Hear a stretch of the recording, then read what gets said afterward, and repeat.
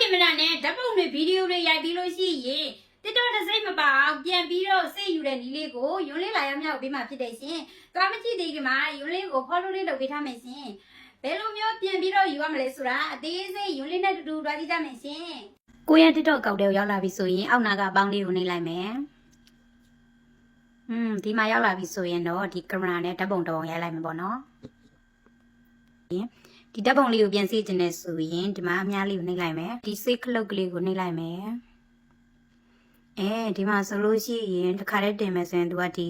ပို့သူစေဆိုတဲ့နေရာလေးမှာပေါ့နော်နှိပ်ရမှာဟုတ်တယ်ကိုကစေမှာဖြစ်တဲ့အတွက်အပေါ်ဆုံးကအကြောင်းကိုနှိပ်မယ်နော်အောက်ဆုံးကအကြောင်းကိုကျတော့စတိုရီကိုဓာတ်ပုံတစ်ခါတည်းတင်သွားမှာဟုတ်ပါတယ်လို့နော်ဒီအပေါ်ဆုံးကနေရာလေးကိုစီးလိုက်မယ်ဒီနေရာမှာတရားရခိုင်နှုန်းပြအောင်စောင်းလိုက်မယ်နော်ဒါဆိုရင်တော့စီးပြီးသွားပါပြီရှင်ပြီးရင်ဒီမှာမြားလေးကိုပြန်ထွက်မယ်ဗီဒီယိုတစ်ခါတည်းရိုက်မယ်ဆိုလို့ရှိရင်ဒီနေရာမှာတခါတည်းပြောသွားပေါ့နော်ကိုပြောမဲ့အကြောင်းအရာ